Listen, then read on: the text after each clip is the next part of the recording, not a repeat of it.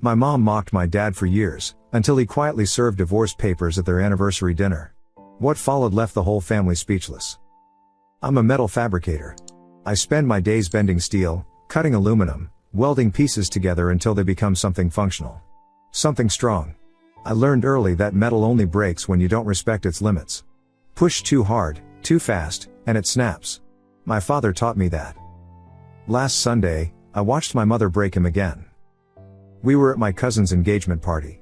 50 people crammed into my Uncle Roy's backyard, everyone pretending his catering business wasn't hemorrhaging money. Mom had Dad cornered near the drink cooler, her voice carrying over the music. Rowan's been trying this new diet, she announced to her circle of wine friends. Lost 3 whole pounds in 2 months. At this rate, he'll be attractive by the time he's 80. The laughter hit like hammers on sheet metal. Dad just stood there, holding his beer, that practiced smile frozen on his face. The same smile I'd been seeing for 15 years. Remember when he tried to surprise me with that romantic getaway? Mom continued, warming up to her audience. Booked us a cabin with no cell service. No TV. Just him and his fishing gear. I told him if that's romance, no wonder I drink. More laughter. Roy jumped in, because he always did. At least Diane's honest about it. Most wives suffer in silence. Dad nodded along like he was in on the joke. Like he wasn't the punchline. I wanted to say something. I always wanted to say something. But Dad would catch my eye and give me this look that said let it go. So I did. Every time. The breaking point came 3 weeks later. Dad collected model trains. Had since he was 12.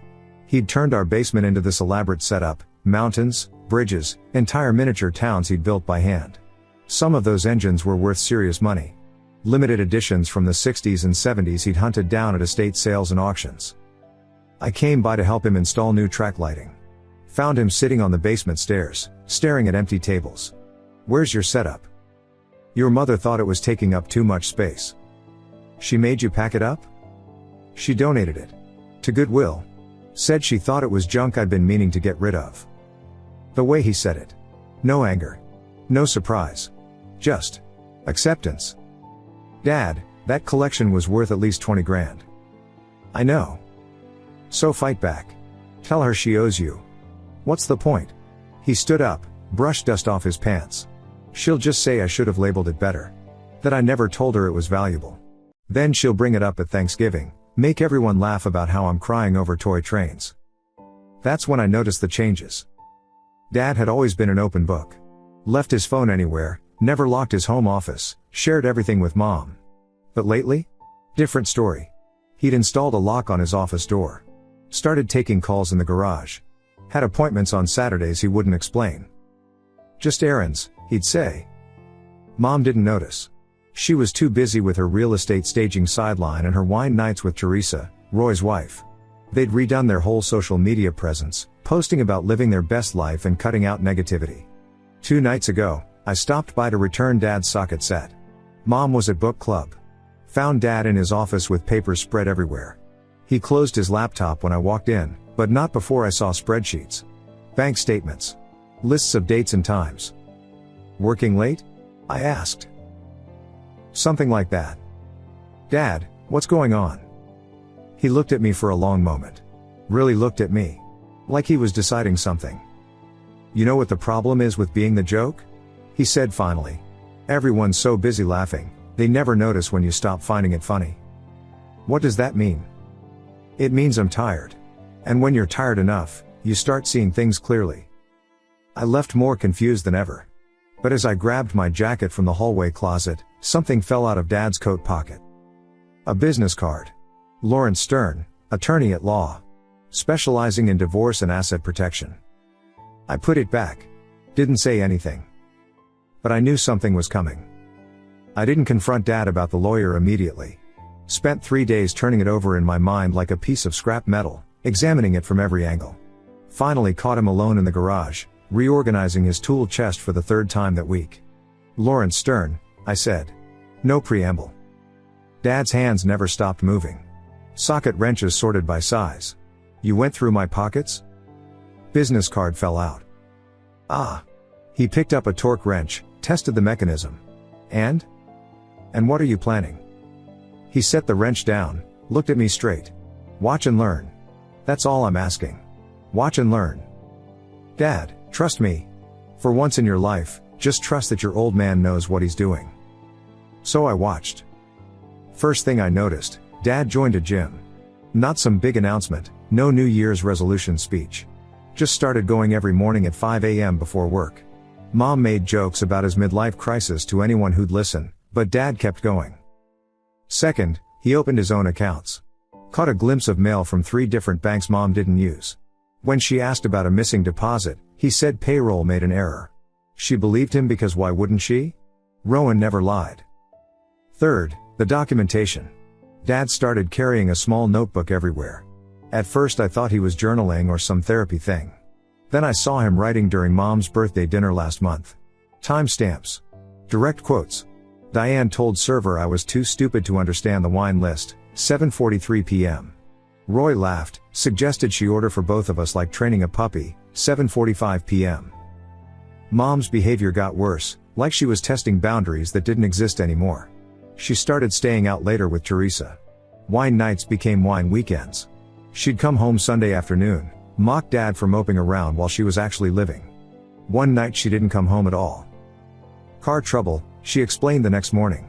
Stayed at Teresa's. Dad nodded, made her coffee, didn't say a word about the Uber receipt on the counter or the smell of cologne that definitely wasn't his.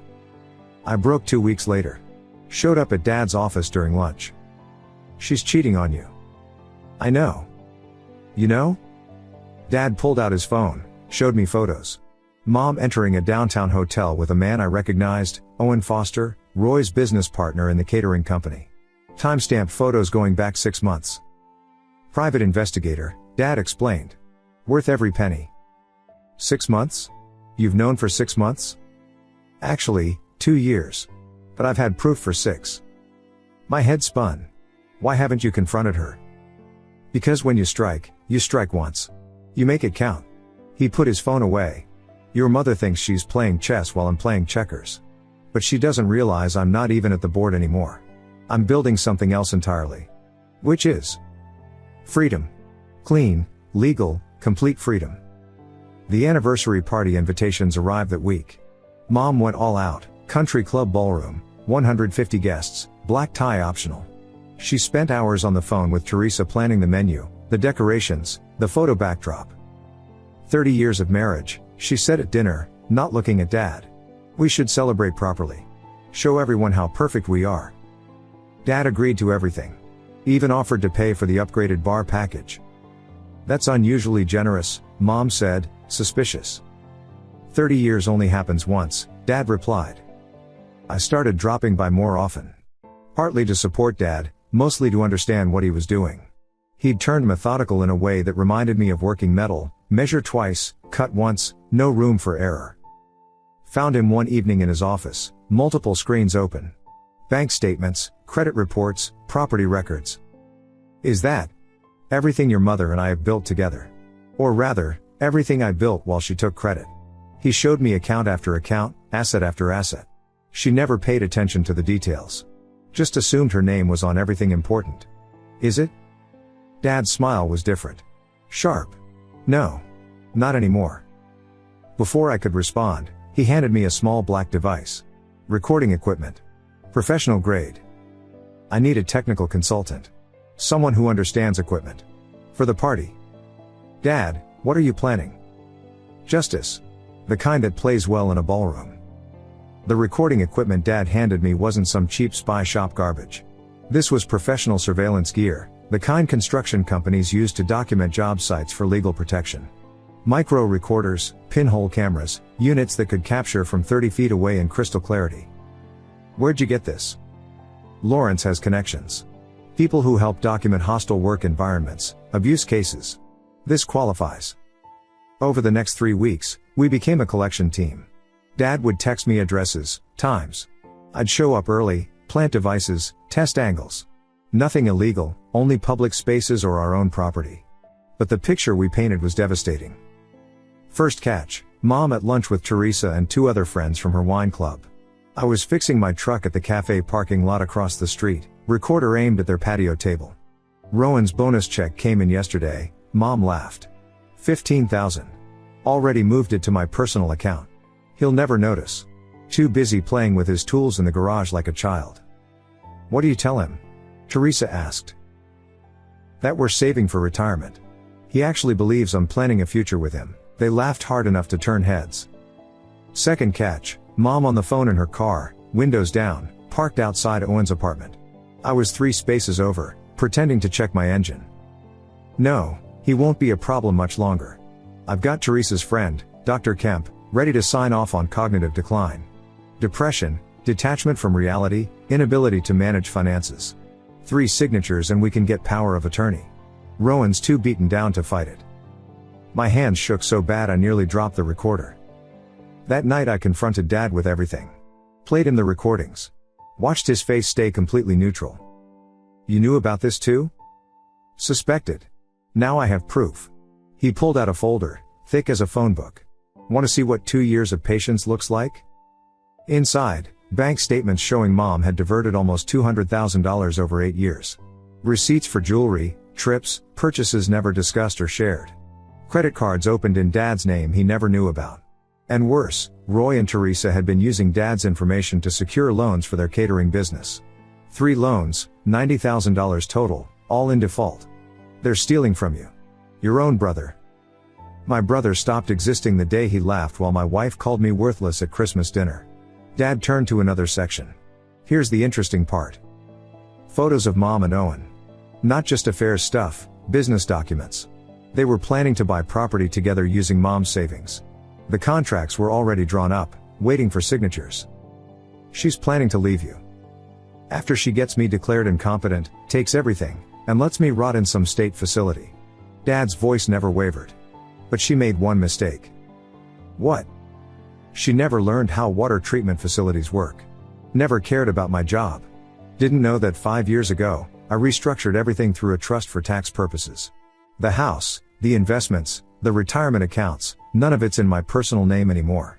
It's all in the Rowan Meyer Living Trust, which I control completely. So she can't touch anything without my signature. And mental incompetence? Harder to prove when you have 2 years of gym records, perfect work attendance, and a recent promotion she doesn't know about. The anniversary party was 4 days away. Dad had me install cameras in the ballroom during the venue's walkthrough. Mom was too busy harassing the catering staff about napkin colors to notice. I want every angle covered, Dad instructed. Every word captured. What about the slideshow? Dad smiled, pulled out a USB drive. Already done.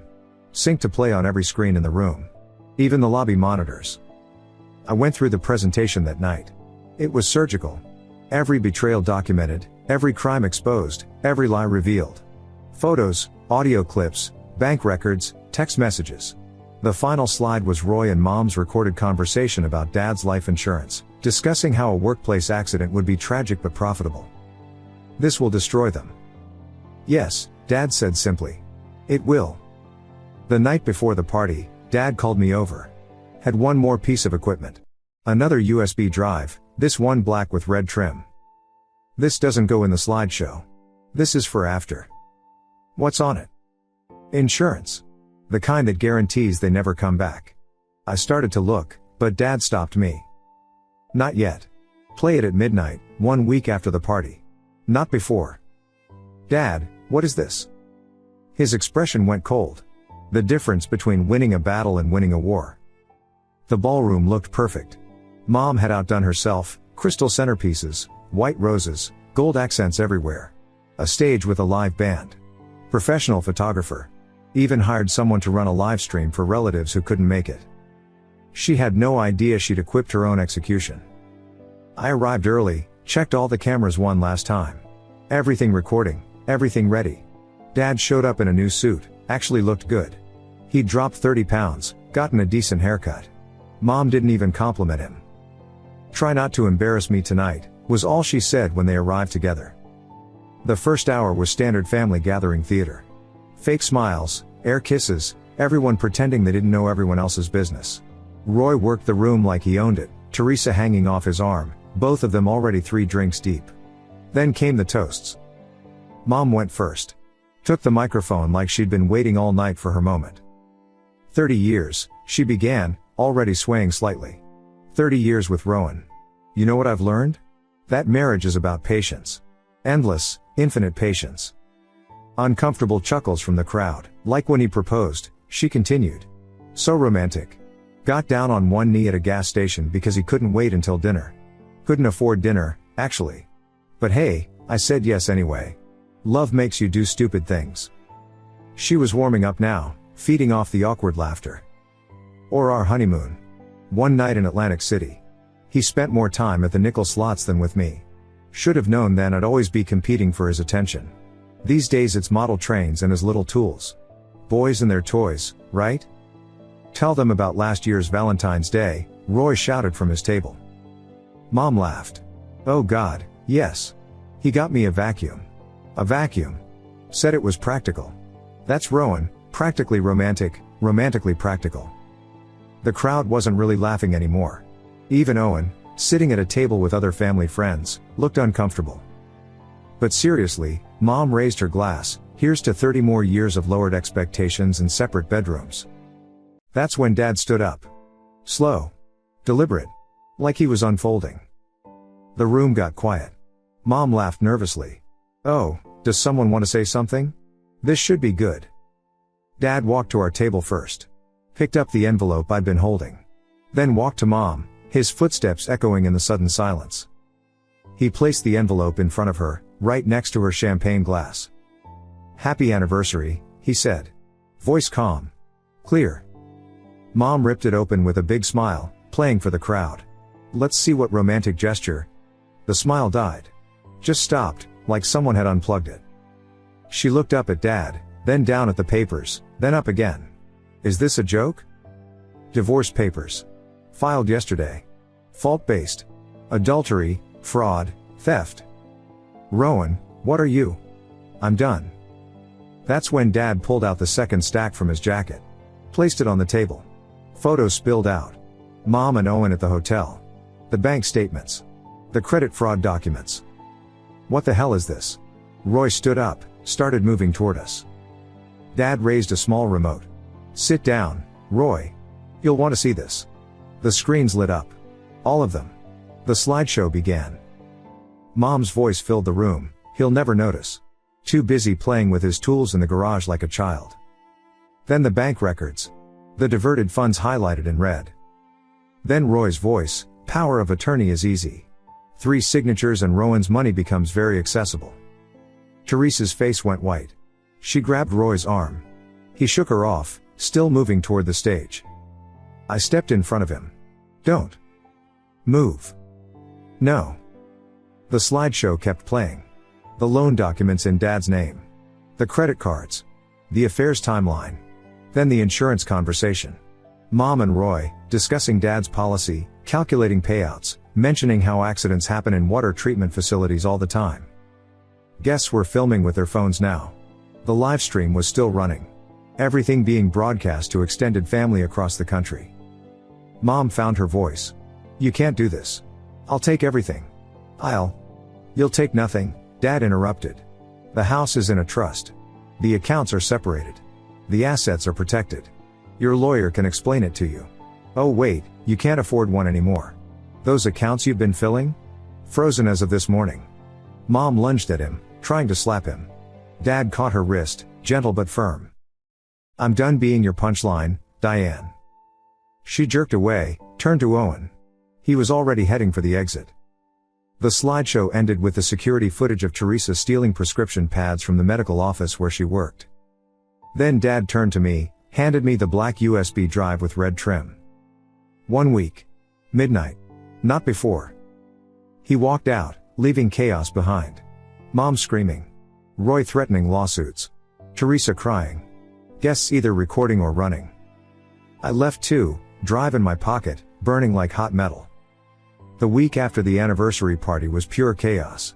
Mom tried everything, called me crying, then screaming, then begging. Showed up at my shop drunk at 2 a.m., pounding on the bay doors until I threatened to call the cops. Posted all over social media about Dad's mental breakdown and abusive behavior. Nobody bought it. Too many people had seen the live stream. Roy went silent, which was worse. Teresa filed for divorce on day 3. Owen disappeared completely, his apartment cleaned out, Phone disconnected, catering business partner nowhere to be found. Dad stayed at a hotel downtown. Calm. Methodical. Meeting with Lawrence every morning, handling paperwork, letting the legal system do its work. How are you so calm? I asked him over coffee on day 6. Because I already won. They just don't know how badly yet. That night, the call started. Mom, Roy, even Teresa. All suddenly friendly. All wanting to work things out. All mentioning they'd hired lawyers, found discrepancies, might have grounds to challenge everything. Your father isn't as smart as he thinks, Mom hissed in my voicemail. We're going to bury him. At 11:55 p.m. on day 7, I sat at my computer, USB drive in hand. Dad had texted me once, remember? Midnight. I plugged it in at exactly midnight. One folder. Labeled insurance. Inside were dozens of audio and video files, all dated from the last 2 years. I clicked the first one. Roy's home office. Clear video, perfect audio. Roy and Owen at Roy's desk, spreadsheets open. The Medicare billing is foolproof, Owen was saying. We bill for premium services, deliver basic, pocket the difference. These old people don't know what they're paying for anyway. How much are we talking? Roy asked. $250,000 just from the Riverside Senior Center contract. My stomach turned. Kept watching. Next file, Roy explaining to someone on the phone how to forge Dad's signature. Rowan's too trusting. Use his social, open the accounts, max them out. By the time he notices, we'll have moved the money offshore. Another file, Teresa in what looked like a medical storage room, filling a bag with prescription bottles. OxyContin. Fentanyl patches. Benzos. She was stealing from terminal patients. But the worst was the final recording. Mom, Roy, and Teresa in Roy's kitchen, dated 3 months ago. The life insurance is $2 million, Mom was saying. Plus his pension, the house, investments. At least $4 million total. And Dr. Kemp will declare him incompetent? Roy asked. Already agreed. But there's a faster way. Which is? Mom's voice went cold. Rowan works with dangerous chemicals. Chlorine gas. Ammonia. One mistake, one accident, and... You're not serious, Teresa said. Why not? He's worth more dead than alive. Always has been. Roy laughed. When? The facility does maintenance every 3rd Sunday. Skeleton crew. He always volunteers for overtime. Next month would be perfect. They kept talking. Details. Plans. How to make it look accidental. How to split the money. How long to wait before Owen could publicly emerge as Mom's new partner. They were planning to murder my father. The last file was different. A document. Dad had compiled everything, the fraud, the theft, the prescription substances, and the murder conspiracy, into a single report. FBI header. DEA case number. Federal prosecutor's stamp. He'd already sent it. At the bottom, a note, they'll come at sunrise. Roy's house first, then Diane's hotel. Teresa's already in custody, picked her up an hour ago when she tried to sell scripts to an undercover. Owen's being arrested at Miami International as we speak. Don't answer your phone. Don't talk to anyone. Get to my hotel by 6 a.m. Dad. I looked at the clock. 12:47 a.m. My phone exploded with calls. Mom. Roy. Unknown numbers. I turned it off. Drove to Dad's hotel in the dark, head spinning. Found him in the lobby, 2 coffee cups waiting. You knew, I said. You knew they were planning to destroy you. For 3 months. Why didn't you? Because attempting murder is 5 to 10 years. Conspiracy to commit murder with evidence of means and opportunity? That's 20 to life. We sat in silence until sunrise. At 6:07 a.m., Dad's phone buzzed. He showed me the message, Roy Meyer in custody. Diane Meyer in custody. Owen Foster arrested in Florida. Assets frozen per RICO statute. RICO? Organized crime. The Medicare fraud made it federal. I stared at him. My father. The man I thought was broken. There's more, he said quietly. One more thing on that drive. A file labeled Geneva. What about it? Open it when you get home. I didn't go home right away. Sat in the hotel lobby with Dad until noon, watching news alerts pop up on our phones. Federal raids in Medicare fraud ring. Local woman arrested in prescription substance scheme. 3 suspects in custody for insurance fraud and conspiracy. Mom's real estate friends were already distancing themselves on social media. Deleting photos, removing tags, pretending they never knew her. You should eat something, Dad said eventually. We went to a diner. He ordered eggs and bacon, food Mom never let him eat. Actually smiled when the waitress brought real butter for his toast. How long were you planning this? The divorce? 2 years. The federal case? That started when I found out about the murder plot. He took a bite, chewed slowly. You know what the hardest part was? What? Not becoming like them. Every night, lying next to someone who was planning to destroy you. It would have been easy to hate. To want revenge that really hurt. This didn't hurt them? This was justice. There's a difference. I went home that afternoon. Found the Geneva file. It was an account. Swiss bank. In my name. Balance, $500,000. There was a note. The money Diane stole was from both of us. This is your half, recovered legally through the divorce settlement. The rest goes to covering what Roy took. You're a good son. Build something. Dad. I called him immediately. I can't take this. You already have. It's been in your name for 6 months. Dad. Let me do this one thing right. 3 months later, the trial started. Mom got 12 years for fraud and conspiracy. Roy got 25 for the Medicare scheme and attempted murder plot. Teresa pled down to 8 years. Owen cooperated with the feds, got 7. Dad sold the house. Bought a cabin up by the lake, 20 acres of privacy. Started restoring vintage motorcycles in a barn he converted into a workshop. Real restoration, not just mechanical but bringing dead things back to life. I visited him last weekend. Found him working on a 1947 Indian chief, cherry red, chrome gleaming. That's beautiful, I said. Patricia thinks so too. Patricia? The geology professor from the university. They'd met at a coffee shop. She didn't know about the trials, the drama, any of it. Just knew him as Rowan, the guy who restored motorcycles and read books about water tables. She actually listens when I talk, he said, like it was a miracle. We had dinner that night. Patricia cooked. Real food, seasoned properly, nobody counting calories or making comments about portions. She asked about my work, actually wanted to know about metal fabrication. Laughed at Dad's jokes, genuine laughter, not the performative kind. Your father's teaching me to ride, she told me. I'm terrible at it. You're getting better, Dad said, reaching over to squeeze her hand. It was such a small gesture. Normal. The kind of thing couples do without thinking. But I'd never seen my parents do it. Not once in 29 years. After Patricia went to bed, Dad and I sat on the porch. The lake was calm, moon reflecting off the water like molten silver. Any regrets? I asked. 1.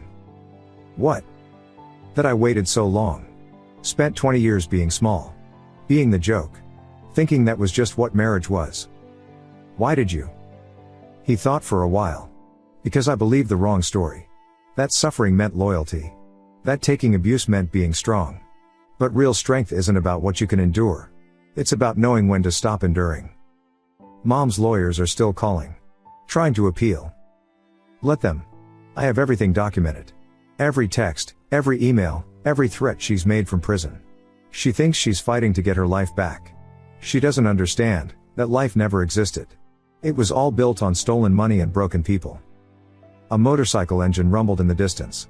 Someone else living their life, going somewhere that mattered to them. You taught me something, I said. What's that? Metal only breaks when you don't respect its limits. But sometimes, things need to break. So you can forge something better from the pieces. Dad smiled. Not the practiced smile from all those family dinners.